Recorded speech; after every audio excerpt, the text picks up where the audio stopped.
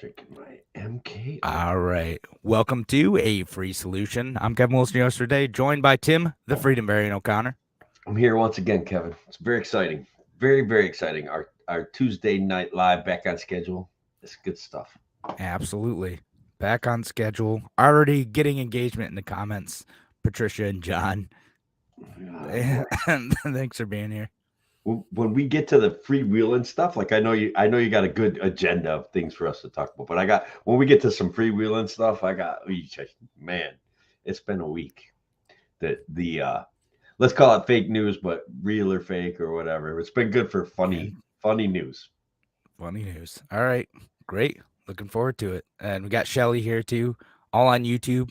Nice. Look at that. We're growing a YouTube channel, Kevin. Mm-hmm. Man, it's magic. That's right. So thanks all y'all for being here. So we got a few things. We're going to talk about a local issue in Monroe County first. I'm trying to find the legislation. Unfortunately, I saw this earlier. Didn't have time to pull it up. But I want to talk about the concept a little bit first. Just wing it, man. Don't worry about it. Just wing it. That's you're how we a politician. Think about it like that. You're a politician. It doesn't matter if you adhere to the truth 100%. What matters is the virtue that you associate with it and the emotional energy that's behind what you're saying. No, 100%. I'll just sell it. That's how it is. But on top of some local stuff like a new ethics bill that caught passed, we'll talk about I want to talk about BRICS. We want to talk about this last week, and it was a hot topic in the previous week because some news happened there. But really, I've had a chance to dive a little bit more into it. So I want to talk about what it actually is. Are people panicking over the dollar? Should they be? Shouldn't they be? Also keep in mind we're two random, radio hosts from upstate New York, but I did a little bit of research on this to know the level of panic relative to how I've seen some folks sell it on the internet. We still have aircraft carriers back in the value of our dollar. We'll be fine. That's right. It's not backed by gold anymore. Backed by something else. Bitcoin's about to crash. Trust. But anyway, so we'll talk about that. We'll talk about some Republicans talking about bombing Mexico of all things, and why. And then, whether or not we should expel rowdy legislators or folks who bring in crowds, or is that a threat to democracy? We'll talk about what's going on in Tennessee a bit, a little bit, and then maybe we'll get to some fun fake news style stuff. Oh, yeah. You know how we do it. And I know we're already getting comments. We had a fiscal house of cards for decades. It has never been a good idea to consider options, diversify appropriately, never put all your eggs in one basket. Yeah, Sam on YouTube. Absolutely. Yeah. Absolutely. And Shelly, it is Mexico, the country, not Mexico, New York. Good clarification. Man. As far as I'm aware, Mexico, New York is not under this sort of threat from Republicans. It's that I'm aware. The Canadian border, though, so there may be there might be a reason. They have a pretty decent wrestling crew. It's a border town, but as far as I know, they're all right. So we'll get to all that. We'll start the show in just a second.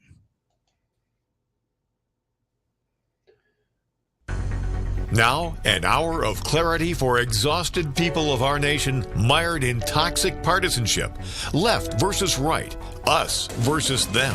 While we pay to keep our politicians fighting, how do we, the people, rise up and solve the great challenges of our time? We do it by embracing freedom and liberty. There may be no such thing as a free lunch, but this hour is as close as it gets. Welcome to A Free Solution.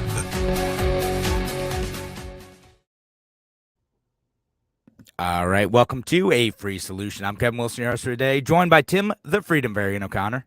I'm here, Kevin. I am here, and this is awesome. I love it. Yeah, we're back doing our show. Of course, we're live Tuesday night. If you're listening to the radio show, you're hearing this Thursday evening. Thank you, WYSL audience, for listening. But we're doing the Tuesday night live version, of course. If you are listening on the live version, you can leave your comments, participate in the show. We love seeing so many people engaged. Everyone on YouTube tonight too, so it's amazing. Or most of our audience on YouTube at this point. But appreciate all y'all being here. And we have a few different topics. We're going to talk about a local thing first, but we're also going to get to a discussion about the dollar and what BRICS is, because I know there's some news that came out about that last week, and some libertarians and other folks were like, hey, this is a thing we should be concerned about. We'll talk about that. We have on the docket Republicans suggesting that we should bomb Mexico,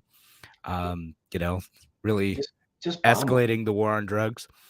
And we'll talk about the situation down in Tennessee as well, whether or not we should expel rowdy legislators, whether or not that's a danger to democracy.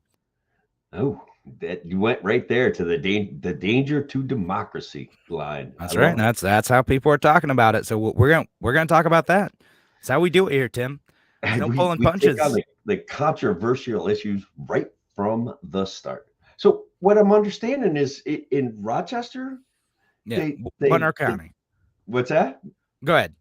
Yeah, well, they kind of recrafted the ethics situation, right? Right. Yeah. So I tweeted about this earlier. So if you're not following me on Twitter, at Kevin Wilson ROC, but and this was something that was kind of being pushed by Rachel Barnhart, who's pretty well known in this area as a progressive politician that I occasionally agree with and occasionally very much don't. But this particular legislation was like an ethics bill.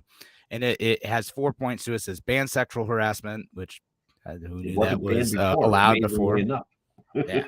And it prohibits politicians from coercing employees to do campaign work, which is the thing I tweeted about. And I want to talk about that. Requires high-ranking officials to receive approval for outside employment, which is interesting. Kind of, I'm curious if that's going to end up playing into like the health commissioner thing, because that was kind of controversial that he had both. Dr. Mendoza had both the health commissioner job, and he retained his job as a doctor too. So that might require approval for having two positions at once outside employment. But I don't know. I could not find the legislation for this like in time. I saw this earlier and I was like, I need to look this up. But I do want to talk about it anyway. And then the fourth part is requires officials to recuse themselves in writing from matters in which they have a conflict. Also seems like obvious. Like, why was that not a thing before? That's something like most like nonprofit boards have too. If you have a conflict of interest, you have to say like, I have a conflict of interest here and I'm telling everyone this, so I'm going to not participate in this discussion. If the county is, the legislature is voting on providing funding, for instance, to a company in which a legislator has business or owns a significant stake, that's a conflict of interest. They should have to disclose that. I'm surprised if that's not already a thing, like on the state level.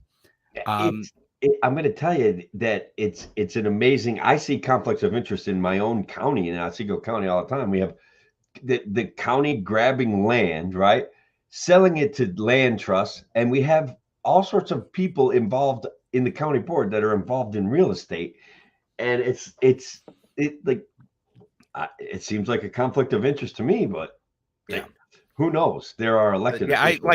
It's one of those things. Maybe that's me being naive. I thought that would have been like a New York State thing, like that kind of governs the rules of how the. So on that two job thing, as another, I had some friends that were relatively interested in politics, reasonably interested in politics, and they were told since they worked for the county, they couldn't run for a county office. That in fact would be a conflict of interest, and I was like, I think you should ask for that in writing, because I think you're actually just being manipulated by your boss to not run for a position. That would. I feel like that happens quite a bit, but now, like, can you do that and use your time? No, like that's definitely not allowed most places.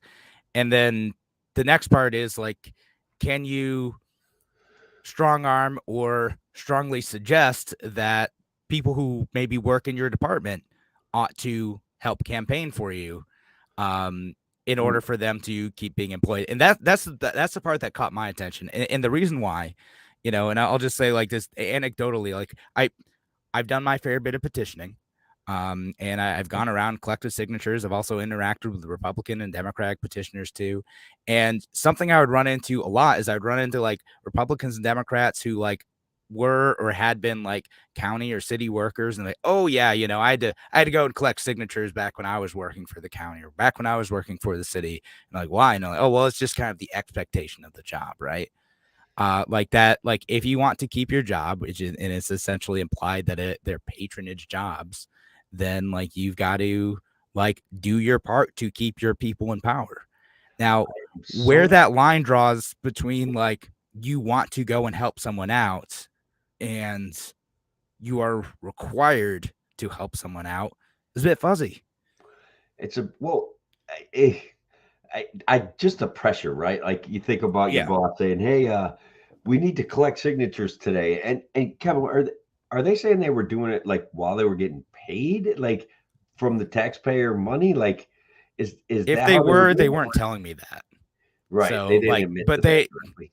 So like it could be like they're doing it after work. Maybe they wanted to do it, but also maybe it's just like expected, right? Like, well, everyone else on the team's going to be there, and we're looking at a new supervisor position, and gosh, it would be great if everyone were there. And I can't really offer a new supervisor position unless I get elected. Like it's one of those things where it's like, is it coerced? Is it like voluntary? Is it in your best interest to do a little bit of extra work to get someone on your team in the power? But people talk about it openly all the time. Like, oh yeah, I had to do that because I wanted to like keep my job. And now that's explicitly prohibited. Although I imagine there's still going to be a lot of ways in which it's still going to take place. And again, I haven't read like the specific legislation on this yet. I heard about this today somehow. I have not been paying attention to like county legislation news, and now I need to know more. I want to know like, well, what else? What does this require, and how are people going to be getting around this? Yeah, I mean, they're just going to get around it by making it voluntary 100%. And like you said, there's still going to be some leverage there. Like, hey, if I leave, the hierarchy here is gonna change, right? So what that may mean for you is if I don't get reelected, you may have a vested interest in getting me reelected, and there's still going to be subtle pressure there to help out, don't you think? Yeah, no, I think so. It's going to be tough to get rid of. Again, it's something I do find gross. It's something I think it's probably a good thing to say, like, hey, like you're not allowed to make your employees do this. I mean, especially like in like when you get away from like politically appointed staff positions and stuff, right? Like where it starts to be more like civil service oriented stuff. Because even some of those folks will like talk about like, well, like it's not like it's required, but it was kind of expected that like you help your team. And again, there's no email saying that. I'm sure there's no like, sheet of paper saying that. It's just like, hey, everyone else on the team is doing this thing. Why aren't you too? Just like I say, the system supports the system. It's a consistent concept. Political class supports political class. There's patronage in everything. You get jobs because of who you know when it comes to government jobs. That's a reality. And I don't know. I don't know that the ethics thing will change it. But let's talk about the fact that perhaps sexual harassment wasn't explicitly. Yeah, no, I've got to read up more on that one too. Maybe we'll talk about we'll do an update next week when I have a bit more time to dig into it. Like maybe it's just like there was no mechanism within like the county system specifically to punish government employees who are sexually harassing other government. Like maybe that's it. Like I have to look up like what that is, because I'm like, what? How is this not already a thing in like employee handbooks that were like passed by the county? Like I don't. Should they understand. Just have a fund where if someone makes a sexual harassment claim, they just get paid off from taxpayer money? I mean, probably there is, but I mean, not a dedicated fund, like it is a special fund. Pretty sure that the House of Representatives on the federal level has something similar, a structure similar to that. Something like that. It's only paid out like $37 million over the last 25 years. So, let's not, count the small stuff here. Yeah, no, Federal level, it's a whole thing. But I don't know. I thought that was interesting local news. Folks, if anyone's listening knows more about this, like leave your comments, or if you know of your county doing something similar, leave your comments for that as well. We weren't going to plan to spend the whole show on this, but did want to make sure that we're at least talking about some local stuff occasionally. This is Rochester / upstate New York based show. We want to talk about local stuff and not international monetary policy, which is our next. It's coming up next, and the budget still isn't done in New York State, so it's like we don't have a lot to talk about because the news hasn't actually broken on the New York State budget. There's going to be a lot of fun things that come through as legislation in the budget reconciliation process. Yeah. And like this is always a fun thing, like to discover like what horrors sneak through because it's not like it's as openly debated as like it ought to be. So there's like stuff that like we think is gonna get through, stuff that kind of leaks through. There's some stuff that like they're open and talking about. And there's other stuff. It's like here's like a big package that we're gonna vote on the whole thing, and like surprise, like they made Budweiser illegal. They made all beers except for Bud Light illegal. You can only drink Bud Light now. I could see that more of that going that way. Like it will be the official beer of your county office building. Yeah, we're gonna subsidize the Bud Light. Oh my God! And look, I'm sticking to MK. They can at least subsidize, and then there's going to be a fight about only subsidizing New York State beers, and then and then we'll wonder how we can produce beer without subsidies. That's I don't know. I'm telling the future here. That's I do know how you make hard apple cider, though. We talked about that last show. We did. I mean, and the answer for me is poorly. It's full of explosions in glass bottles. Yes. So yeah, don't trust me to make your apple cider. Maybe. I swear I have actually the right equipment. I could make a bunch of beer, but I have not made any beer that tastes good. Really? Yeah. I've got the whole thing. I got like one of those kits. I had the Mr. Beer kit, and I also have the buckets and the bubblers and all that stuff, and the yeast and the Santa. I have all the stuff for it, but like the few times I've tried to make it, it was not that good, and it was a lot of work. Did it get you drunk? And honestly, sometimes anytime I did not want to drink enough of it to get drunk. It was really that bad because anytime I'm drinking beer, I'm kind of like, I'm not even sure if this is really good. Like there's not a lot. Tim, you've got to drink better beer. That's the problem. Like there's so many craft breweries making delicious beer like in your region. Like go find them. They're wonderful. Is Cooperstown close to you? They have a great brewery there. Oh, yeah, they have like Omega over there, right? Yes, their beer is actually it's actually is really good. You're right. Yeah, you got great stuff. You gotta go find it. Just drink Omega is pretty good. Then there's the Cooperstown pub. Yeah. Something they have a little restaurant in there. I don't want to tell too many. It's not a big place, so I don't want a lot of people to know about it. So I'm not giving out its official name. How do you like that? I advertise a small business. Yeah, well, but actually, it's because I can't think of it at the moment. But it's right up on 28, right past the dog place, the ASPCA. It's right in that area. Anyway, yeah, I mean, and it's really good. Preference that and I know like John's like IPAs are too hoppy. You don't need to do IPAs all the time. Like if you see a brewery that's making a Czech style Pilsner, check that out. Like that's my favorite beer right now. I'm not even like IPAs are great. They're hit or miss at a lot of breweries. A lot of them are not that good actually. But Czech style Pilsner, that's my jam at the moment. All right. I'll try it. Yeah, not too overdone if they do it well. Good balanced beer. Anyway, that's not the topic of the show. We wanted to talk about BRICS of all things. Yeah, not the things you build with, but the organization made up of a bunch of shady countries trying to make an alternative to the international finance system. Yeah. I mean, we have nothing to worry about. The strength and our dollar is backed by the faith and strength of the U.S. government. So they can't even, there's no way they can compete with that, Kevin. No way. Well, all right. So like people were talking about this, like a couple weeks ago, a couple things happened, right? So BRICS it's a handful of countries that kind of gotten together, like I said, making alternatives to the international financing system, to like currency swaps, and to like the alternatives to like the IMF and things like that.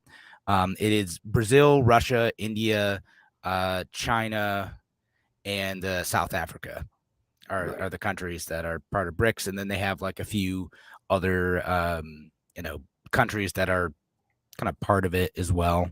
Like Uganda is one of them. They do stuff with them, and I'm trying to remember. But there's a couple others.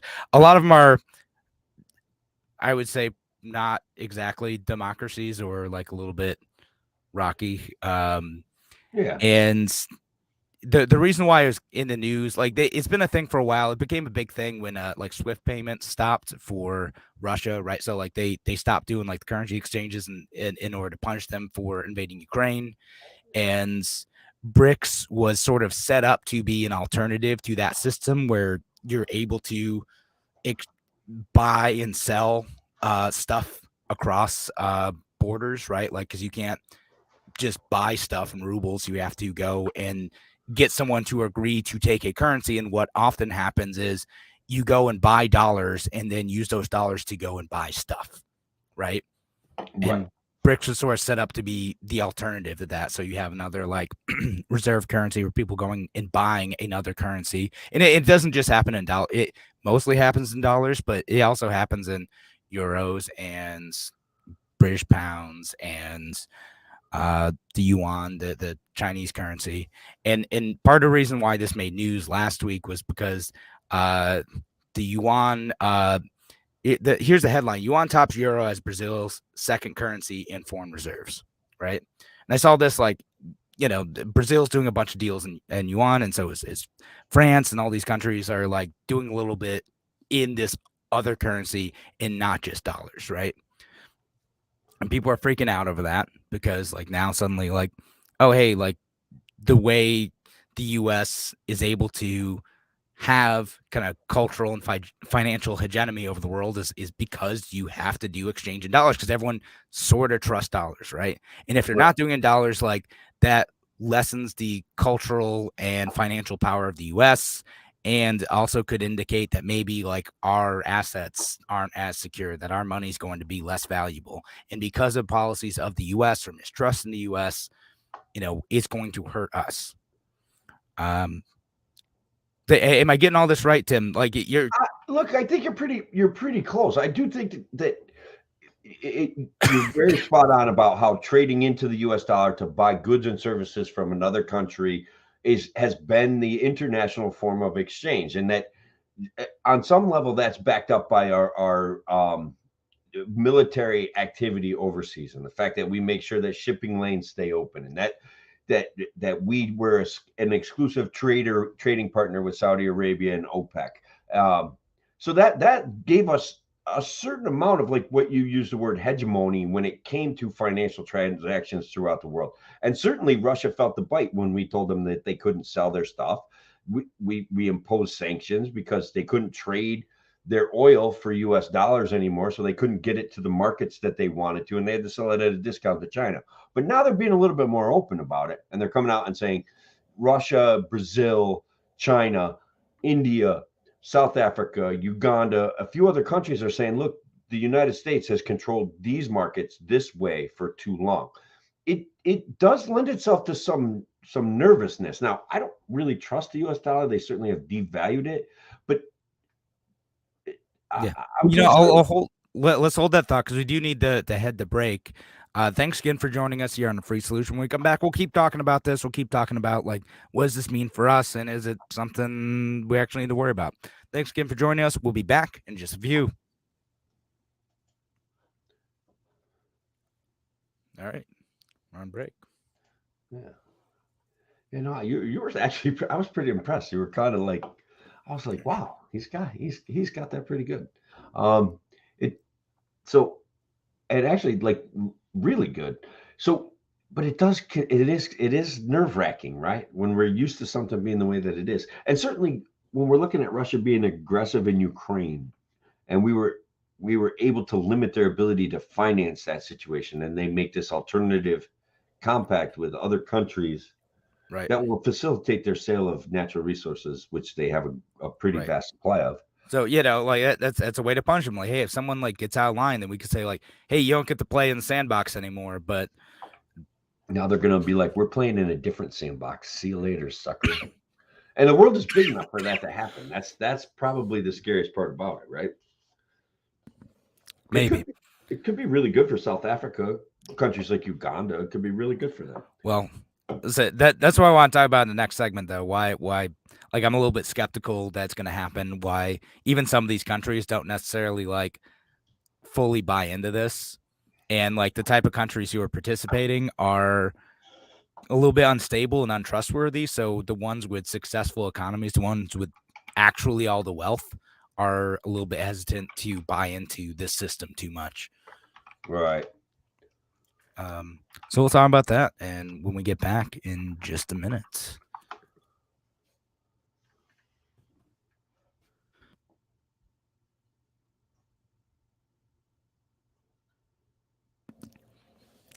So I'm over here still having a coughing fit. That's all. Sorry, all this is going to get edited in the podcast. So you lucky folks listening on the you get to the live Facebook live stream get to see me have a coughing fit. I'm gonna cut this. I cut out so much of last week's episode. But so we'll go back at 27.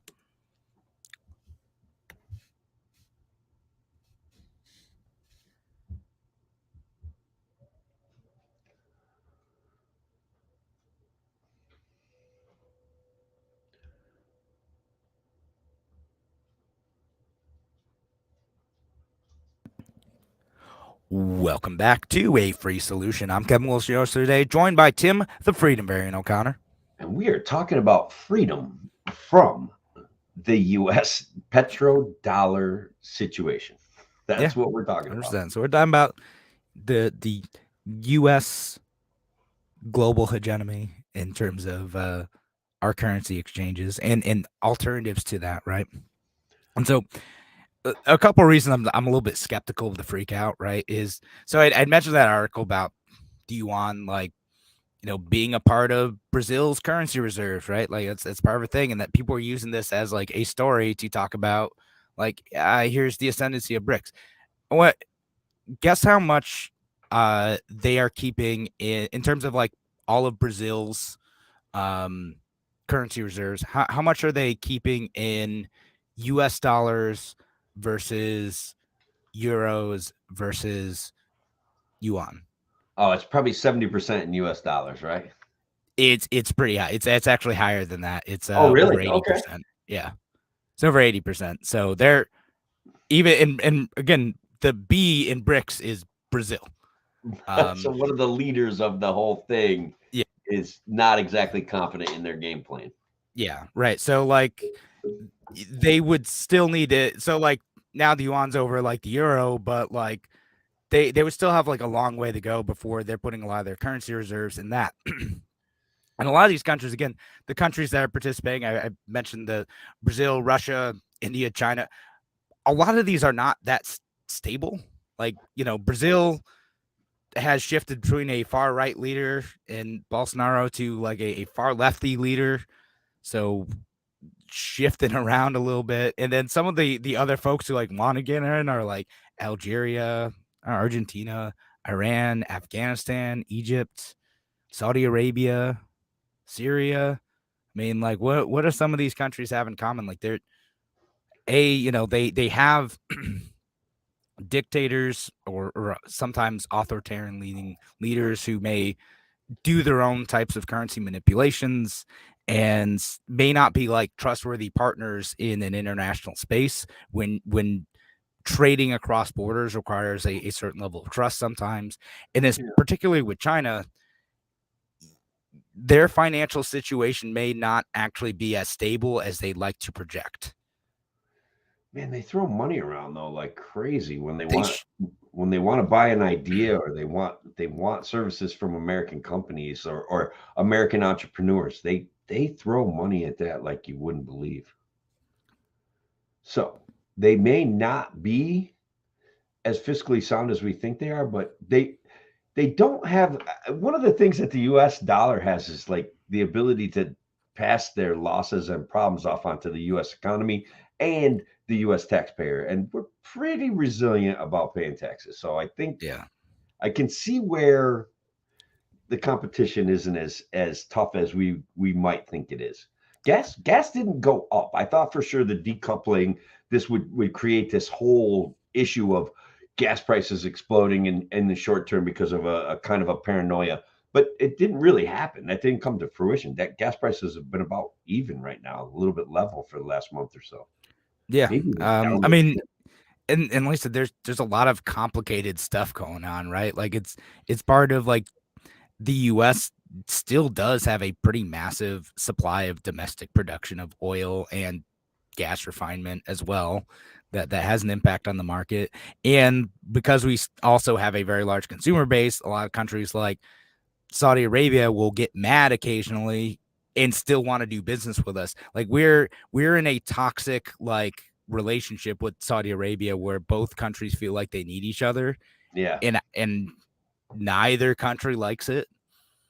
That's how I it is. agree, and let's be honest, there was big news in the last month about U.S. opening up Alaska, opening up for big drill sites, and then opening up a couple other places too that didn't make the news quite as much. But we made this big, huge commitment in the last couple of months to drill, baby, drill right here in the United States, which is a great way, guys. I'll be honest with you, keeping gas prices low is a great way to fight inflation. In addition to raising interest rates, another great way to fight inflation. It's all about keeping us comfortable and then still curtailing our ability to consume. So, yeah, well, gas prices make people happy.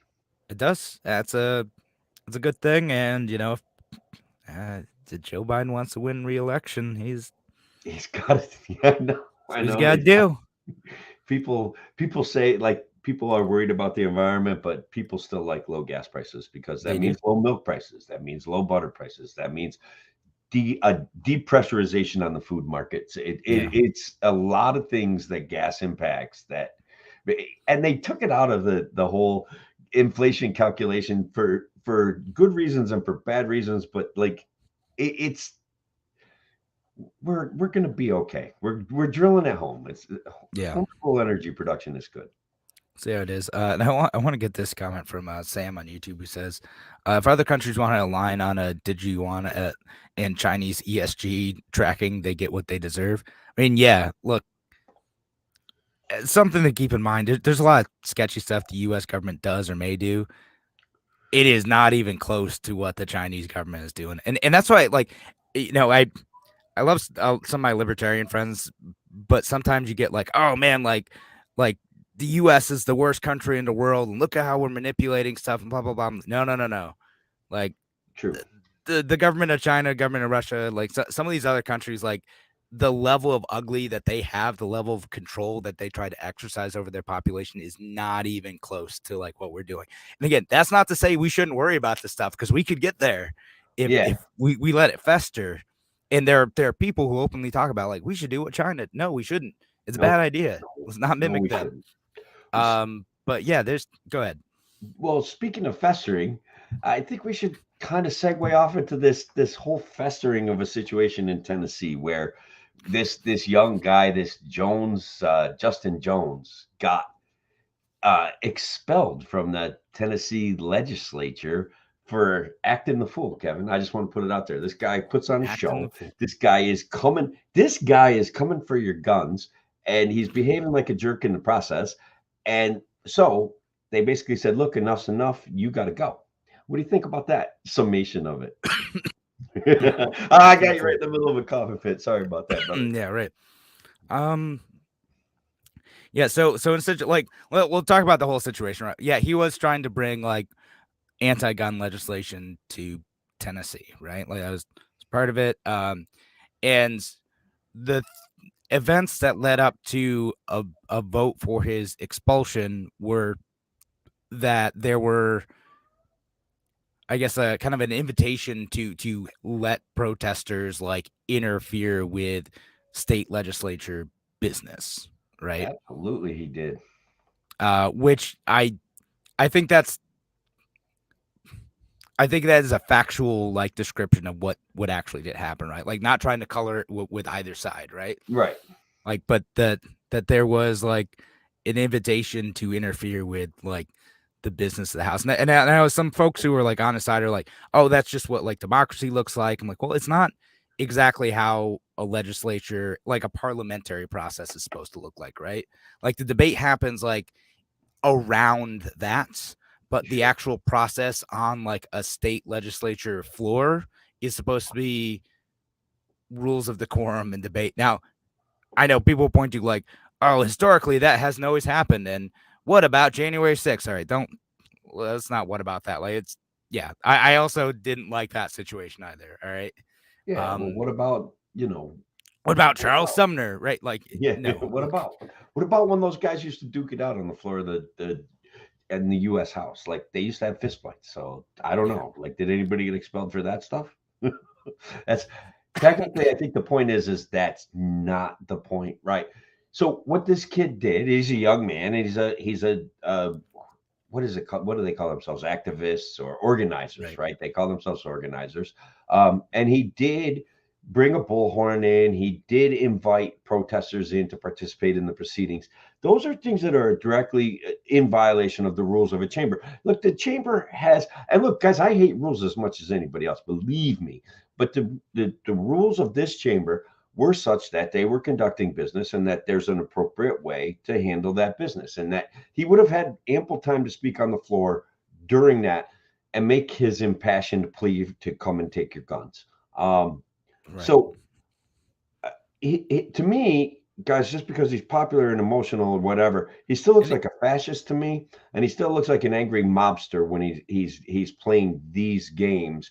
That's all I could make of what he was trying to do. And plus, I think a lot of times the arguments on gun control are based on lies. The promise that a big, huge, centralized government action that punishes people that aren't breaking the law is going to protect you, when in fact, I don't think that that's the case. History is replete with other acts of violence that don't involve guns that are just as devastating. So I when it's based on a lie and I see emotional manipulation going on, I get very frustrated. So like I kind of celebrated when he got kicked out, but by the same token, he got kicked out for a good reason. So that's it. Right. Yeah, and there should be some now again, whether or not that punishment should be actual removal from office, which is what happened here. And by the way, he was reinstated. Like he was. Yeah, like his removal, he was allowed to be reinstated by like the city council of Nashville, I guess. And so they suspend the rules for them back in. It's just a couple days. Yeah.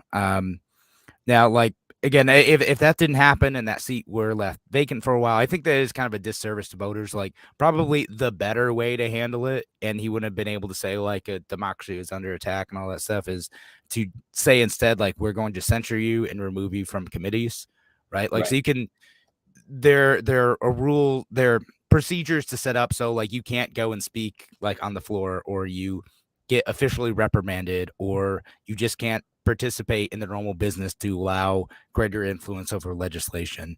And that might have been like a less politically charged way to take care of it. And they probably should have done it that way, but I'm cool with that conversation. Like, I don't have a problem. I don't have a problem that he got reinstated through democratic action and that seat's not going to get left open. But I do think that there was an appropriateness to some level of the reaction. And we can talk about whether it was too much or too little. It doesn't, at the end of the day, he's been reinstated. And so what I see is, kind of this element of fascist fighting fascists with fascist tactics. And I'm just like, well, I can't, it's not, you guys all win your arguments. That's not what democracy looks like. Apparently, and much too much is being made of this word democracy. I can tell you that. It's an ongoing Twitter debate of democracy this, democracy that. And it's like, okay, look, I get it.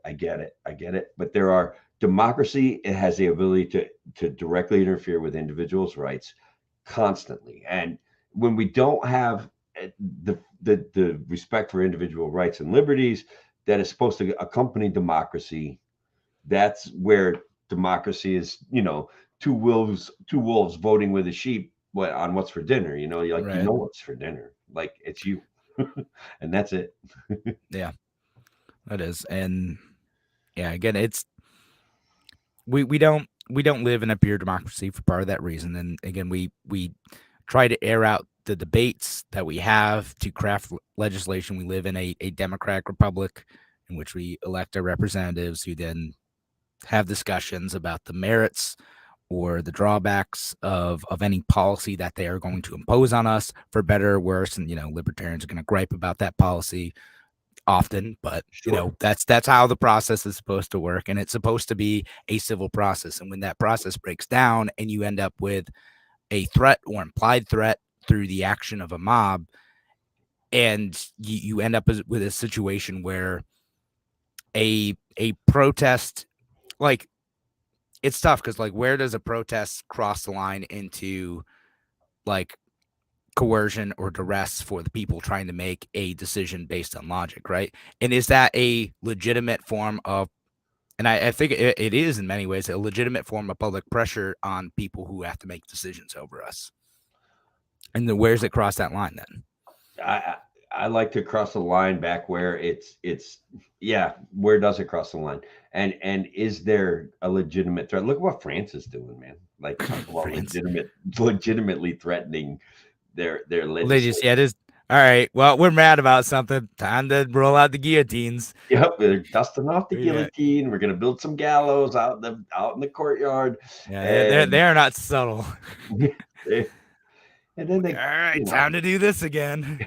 Cozying up to, then they're mad at the U.S. They start cozying up to Germany. I don't know. Like France is kind of wild, man. Oh yeah, said some stuff about Taiwan too. Maybe we'll get to that like later. But all right. Yeah, thanks again for joining us here on A Free Solution. We have to head to break now. We'll be back with one more segment right after this. Take care. All right, break done.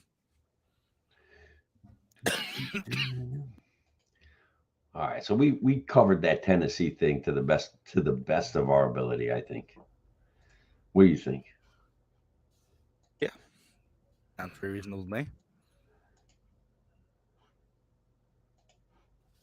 We got it. I mean, if any of you folks in the comments wanted to add more to this, certainly open to it. We need a strict ban on fists. Yes, this is what that's the thing. What Shelly on YouTube says. I don't know if he did or not. Like, people are very emotional right now, and I would say that the Democratic Party is completely, like, they're very motivated. No, I don't think politically he lost his chance at re-election at all. Like, yeah. I think it's going to, like, guarantee his re-election for, like, the next decade, which is a shame. Yeah, that's a shame. Yeah. Exactly, but Joe says, according to your statement about their protests is legit, Kevin, but lobbyists are far worse than a mob and demanding their own way. Yeah, I mean, it's a thing, right? Like, it's, if you get a crowd of people in front of the state house, like, you have a right to do that. You have a right to make your voice heard, particularly if you're not able to get through to the people making decisions. And, where it crosses that line into not merely making your voice heard and applying pressure, but applying a threat or, disrupting their ability to do business. And what happens is that, like, so this happens in the New York State legislature all the time too, right? Like, protests happen in the state capitol building constantly. And what happens is people know that they are going there and they're breaking the law. They're going there to disrupt the business of the legislature. Like, that is the plan. And the state police, when you go there, fun fact, maybe ask me later how I know about this, but you go there and you block the hallways or whatever, do whatever you're going to do. The state troopers have, like, little, like, cloth handcuffs or, like, shoestring handcuffs that they put around you. Like, okay, like, come on, walk out here, guys. Yep. And they go and they process you. You get, your small charge, you plead not guilty, and then they knock it down to, like, an appearance ticket, and that's it. Like, that's the whole thing. You pay your You pay a little Fine. bit of money, you Yeah. learn a little lesson, and then later on in life, you get to say, "I've been arrested at the state capitol building for protesting for your rights." Yeah, that's how it is. Beautiful, beautiful. So, but yeah, so that's the thing. They have a whole system for it. They have a whole state police has a whole processing plan for it. I forget what they charge you with. Trying to remember what it is, but yeah, it's some minor thing. You still got to be smart and plead not guilty, and they'll just unless you're like damaging property or like threatening someone or hurting someone. It's yeah, that's what it's gonna be. They're not gonna put real cuffs on you. They're just gonna okay, go to this holding room, take your picture, go. See you later. Thanks for stopping by. You really made a great point up there. Yeah, you get to say you're arrested for a cause. All right, so I got a good way to introduce this next segment. I think it's going to be funny. All right, It'll lead us into the Pentagon leaks. the Pentagon leaks. All right, sounds good. We'll go back at 47.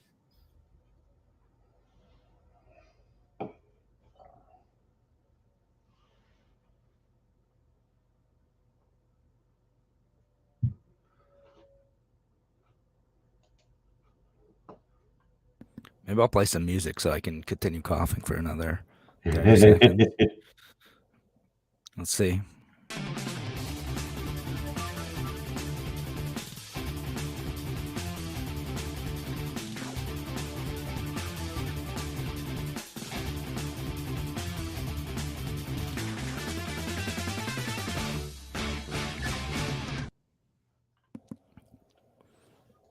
So you guys could hear if you're listening to the radio.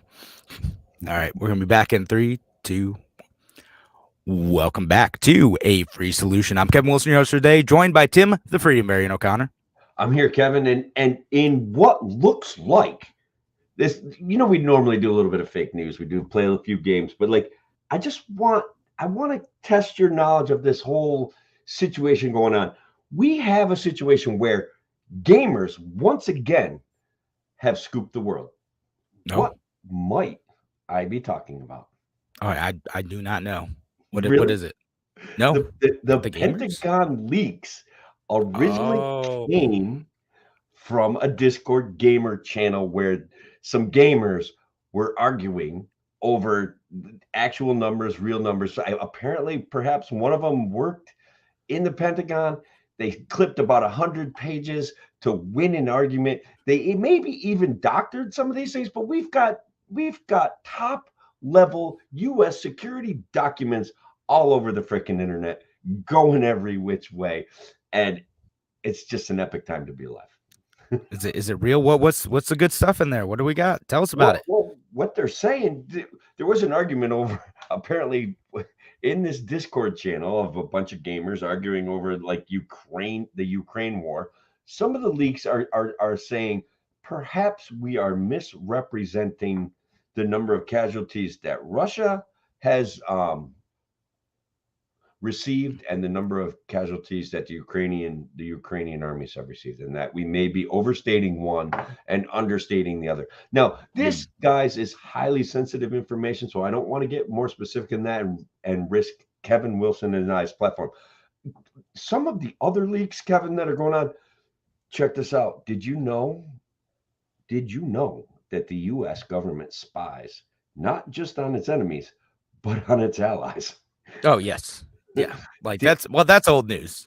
Well, that's part of what was leaked in the Pentagon Papers. Okay, like that's and so some of the information is of a sensitive nature. South Korea is pretty upset.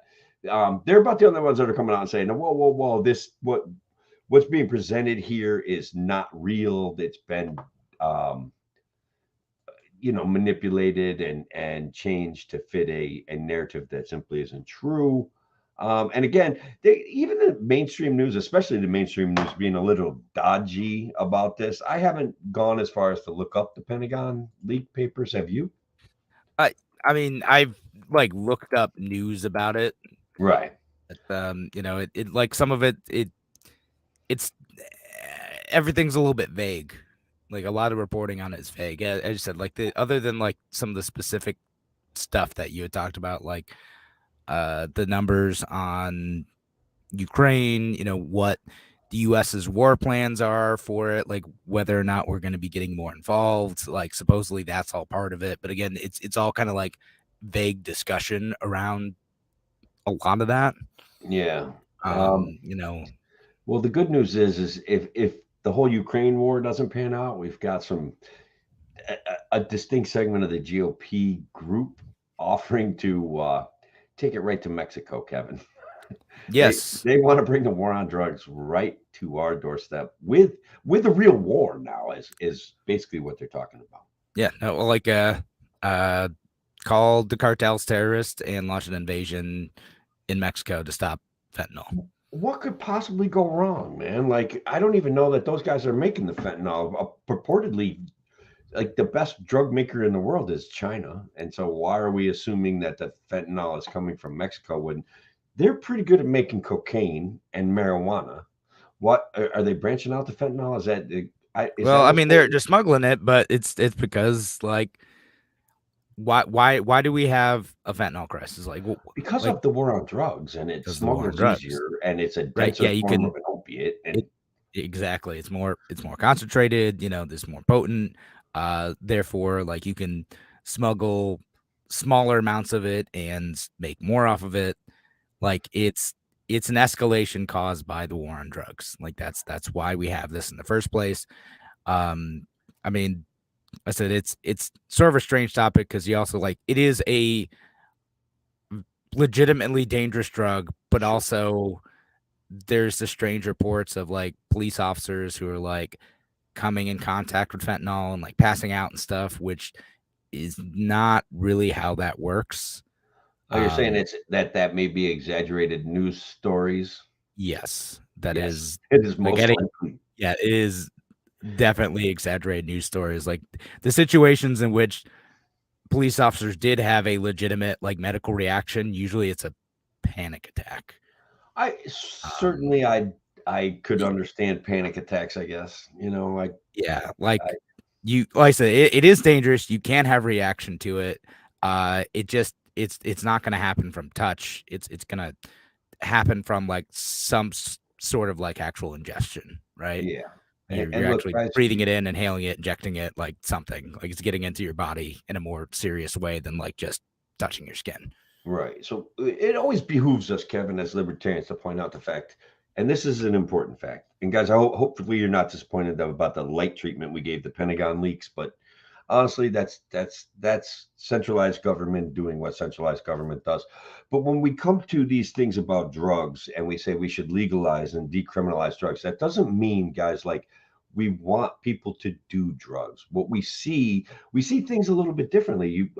Our audience that joins us on Tuesday night, we think these things through to their logical conclusion. Like the war on drugs has created fentanyl. The war on drugs has destroyed families. The war on drugs has cost us millions and millions and millions of dollars. And we have more drugs that are less expensive than they've ever been. And now they're more addictive. Okay.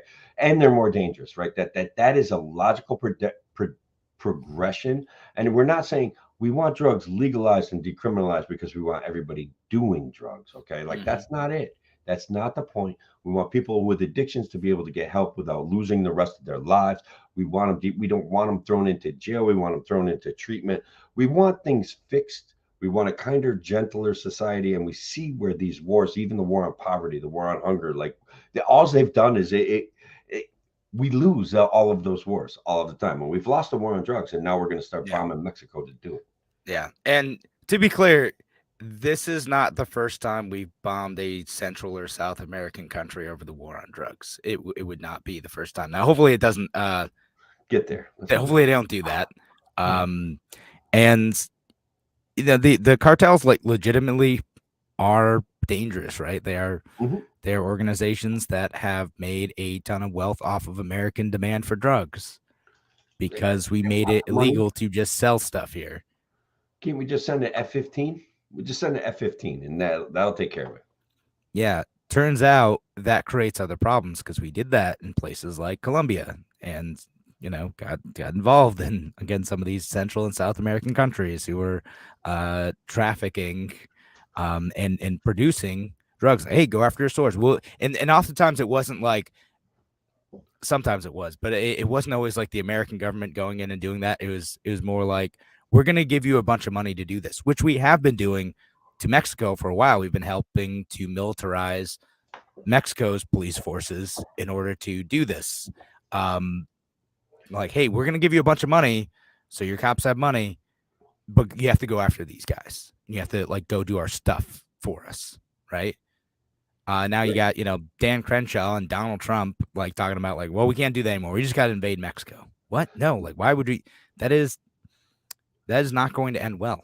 Like, it would be a mess, an absolute war mess. hawks. Like, I don't understand. There's this myth too that the broken windows fallacy isn't real, right? Like, we can go blow things up in other countries and it's going to benefit our economy. And No. And it doesn't. It's where we get our debt from. It's where we devalue our currency from. And I just want them to knock it off. We're talking about killing people in foreign countries. Like, there's a better way to deal with this, man. Yeah. And by the way, of all people who are like, whoa, maybe this is taking things too far, John Bolton's like, hey, like this is too much, guys. When you've lost John Bolton, like, really, like, you've gone a bit extreme. Sure. He's pretty sure that we shouldn't do it. He basically came down against declaring the drug cartels a terrorist. He didn't want to do it unilaterally, at least. Yeah. Like, we get a whole coalition in, right? Like, we'll do bing, bang, boom. We'll do another Iraq. It's going to be great. Like, nothing went wrong there. Like, everything's perfect. And he could be president. He's considering. He's considering running. And look, you and I are laughing, but I know. I don't know, it's really man. not funny. But I've got to be honest that the bloodlust in our society right now has me epically concerned on a level that I haven't been concerned my whole life. Like, with the Ukraine sides of with any kind of nuance, without any kind of nuance, saying, we've got to support Ukraine and even the other pro-Russia people, like that none of that is effective. None of it, that it doesn't answer questions, it doesn't solve problems. When you actually start to think through, like, what are the consequences? Like, if we drop a bomb on a town in Mexico, who is that actually going to impact? Like, does it actually just hit that cartel? Does it actually just impact their production processes? If we have to go in and occupy and have security in those places, what's going to happen? What's going to happen to that economy? What's going to happen to the people there? Are there going to be like other casualties? How expensive is it? How much does that deteriorate the positive relationship that the U.S. and Mexico has? Which, again, there are billions of dollars traded between the U.S. and Mexico every year. If we invade their country, like, without their consent, I mean, I guess if there's an American operation there with their consent, that's slightly different, but still probably not going to go great. Right.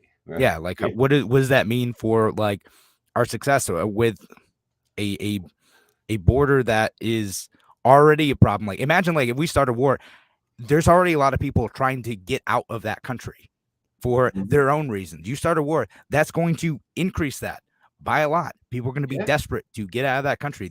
You think the border crisis is bad now? Forget about it. Yeah, you introduce even more violence. F-15s bombing our neighborhood. Like, that's what we're doing. We've got to go. We're coming to the U.S. I mean, like, do you have do people have any idea like how many people have left like Ukraine in the last like year? Like, millions and millions of people, right? Yeah. Like, that's it would be something like that. Yeah, it's a serious subject, and I don't want to just make light of it. If I told you, Kevin, that the Dalai Lama asked a young child to suck on his tongue, would you consider that to be fake news or real news? I saw the video of this. I was like, what is happening in this video? Like, what? That was gross. I honestly, I don't know. Like, the guy's a great humanitarian. I'm willing to just think he overstepped his bounds, was making a stupid joke. It's not something disgusting, you know, like it just was bad. Just the Right. poorly Maybe it's a played bad out. joke. I don't know. Yeah, Yeah. I know. It's pretty gross. Didn't like that. Then That the was, Dalai Lama when I saw that, man. yeah. Not at People. all. The BBC, Kevin, wants you and everyone out there to know that they are not state funded media. They are absolutely unequivocally not state funded media. The British people pay a license fee. That license fee is collected by the government and Is turned that over to the the BBC. fee they pay for their TVs? Is that the one? Yeah, they It's are the, in no way state funded media. or They're yeah, really mad at state. Twitter right now for Did being they like, get the state affiliated label too? oh yeah, they They did. got it. Oh, they Yeah. did. Yeah. They did. Well, yeah, I'd imagine how They're hot. They're really hot. They're really offended. I didn't It's see that. like Wait, are you sure? Because it's a I don't see it on there. I just see it on. I mean, which if they were gonna be consistent about it, like they probably should label them. Like say yeah, if they're gonna, because it feels like half of what they do, half of what Elon does on Twitter is just it's about trolling. It's not about any level of consistency at all. yeah. I'm referring to an article from one day ago, and it was by the BBC. The BBC is objecting to Twitter's new label describing it as government funded media. They did make an Oh, official yeah. statement saying that the British government collects a license fee and we are funded through that license fee. We're not state funded. And people were kind of like, that's not how that works. And That's when not asked how any of that for official reply, Twitter responded with poop emoji. works. That sounds like a joke. It's not. It's not. It's not at all. All right. On that high note, we are out of time.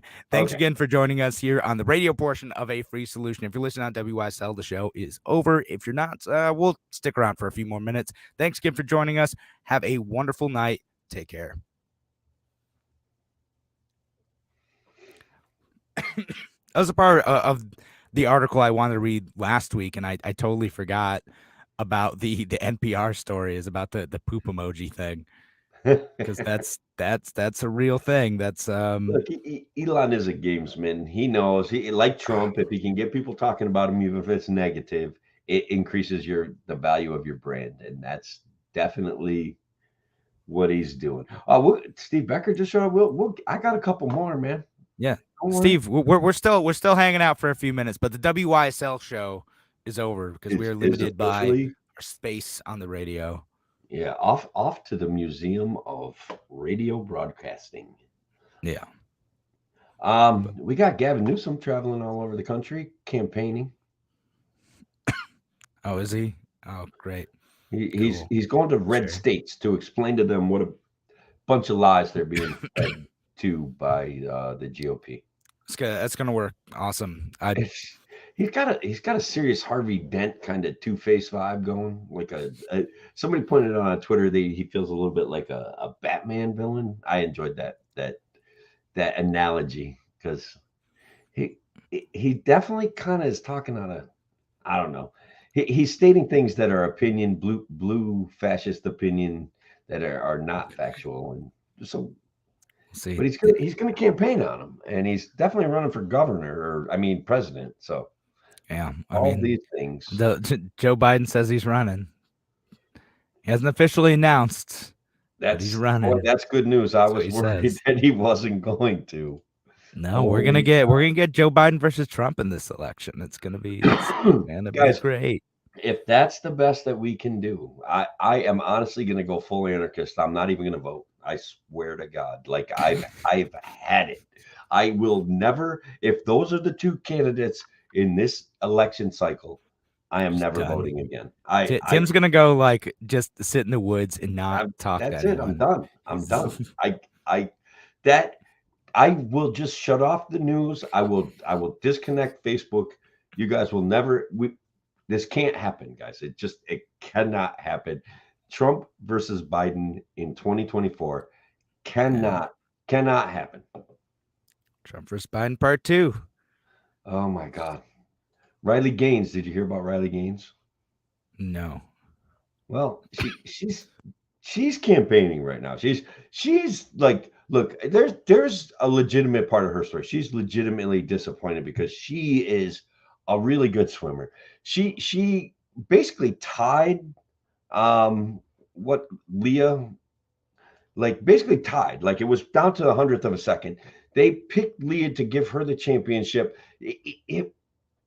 So she's speaking out about certain things that are happening without her consent, like sharing a locker room with Leah Thomas and stuff like that. She doesn't appreciate that. She went to San Francisco University, I believe it was San Francisco State University. She gave a speech and like got overwhelmed by a mob. Literally got assaulted by a couple of trans right activists. They basically had her blocked off and trapped so she couldn't get out of the building, and they were like demanding money for her release, like they were holding her for ransom. So it was pretty bad. Like it was a pretty bad event. It made the news. It made a pretty good amount of news, but maybe not as much news as it should have. Yeah, Leah Thompson. No, I haven't heard much about this, so I'd have to look into it more. But yeah, no, it sounds. Got punched in the face by a trans right activist, right? The person is a male to female transitioner. So, make it that what you will, I guess. I mean, like, so. I mean, punch in the face is a punch in the face, right? Like it's an assault, and it is an assault. That's it. Yeah. So, yeah, that's not cool. That's cool. Shouldn't I'll come out against, you generally shouldn't punch people in the face, even the disagreeable ones. Come on. I don't really have to take RoboDog, dude. RoboDog has made it to New York City. RoboDog. All right. RoboDog is on the job, man. Those did you ever watch any of the Black Mirrors? Yeah. No, so like the like Boston Dynamics RoboDogs, like those ones. It is legit Boston Dynamics RoboDog. The ones that like does all those videos of like people kicking and stuff. Oh yeah. This thing is absolutely terrifying. And look, they added the news is that they added 2 new pilot programs, the Star Chase and a K5 autonomous security robot. The autonomous security robot, I believe, is going to be working in the subways, basically reporting on incidences and messes and people who are in places that they shouldn't be. But they legitimately have this RoboDog. That is not a pilot program. RoboDog is in New York City. He's there to stay because public safety is the top priority. Like the Starlink thing almost makes sense. It's like a way to track cars that get stolen. Right. Like, all right, people are doing a lot of stealing stuff. And so they've added this whole contingency of AI kind of style. Ready for RoboCops to aid in the keeping people safe in New York City. Keeping the peace, Tim. Keeping the peace. We're gonna catch the criminals with robot dogs. The beauty of free speech is that there's a guy right on the New York City page, like showing this is how you disable the RoboDog. Yeah.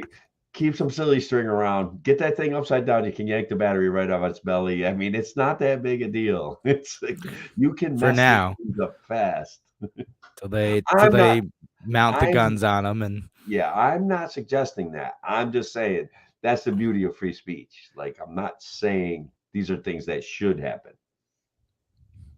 Yeah. So Marianne Williamson is running, right? So you know who else is running? Joseph Kennedy as a Democrat. We've got some interesting people. Yeah, JFK Jr. Yeah. I don't know. It's I don't have faith in either of them. But Marianne Williamson is a really nice person who did, I believe, try to get the Libertarian Party nomination. Did she? Yeah. Or has at times interacted with libertarians. Right. Yeah, I think she was just not rude to the Libertarian Party. But she's kind of a fascist, man. Like, I don't know. She's another gun grabber, guys. And look, it's not okay to be Passively anti-gun grabber. We must be actively anti-gun grabber. Oh, zing! Oh, good callback there. Good callback. That's fair. I stole that from Twitter, man. Twitter's been a cesspool lately, but it's hilarious. It is a mess. It's just a mess. It's just a mess, but it's a beautiful mess, and I'm doing my best to contribute to the mess making. Oh, good. Like it doesn't have enough people to do that, so Right. Thanks for doing your part. It's the least I can do, I figure. Yeah. Oh no. Well, this old guy, Kevin, I had to climb up and down a ladder all day today. Like I put in windows in this cabin that I own, and they're like 14 feet off the ground. Whew, what was I thinking? I had to trim the outside of them. So up and down the ladder. Like you cut something wrong. You're 56 years old. You got to go up that ladder. You got to come back down the ladder. You got to cut that crap again, and then you got to take it back up the ladder. And then you got to shoot it off, and like I don't know, you built it right, but then there's just nothing to attach the trim to sometimes, and it's like very frustrating. So I'm exhausted. It sounds like a tough day. I had a long day of sitting on my butt in front of a computer. So it was windy down here too. And like back when I was younger, that stuff didn't make me nervous because a 12-foot fall, I would like jump up, break the ladder, go buy a new one because I was having a temper tantrum. Now I think when I hit the ground at 56, it's gonna be different. That is gonna hurt. You might just it's gonna be hurt. A little bit slower to get up. Yeah, and like when I was younger, my hat would blow off my head, and I just catch it, like lean right out, grab it, put it right back on my head. Now it's like, okay, and it falls off my head, it starts trickling down my shoulder, and I'm like, just fall already, just go. I'm trying to ignore it. I don't even want to reach for it. No sudden movements on the ladder. Yeah, no throwing yourself off the ladder. Good plan. No, that was my plan, and I got through another day on the ladder. That's it. Good job. Mm-hmm.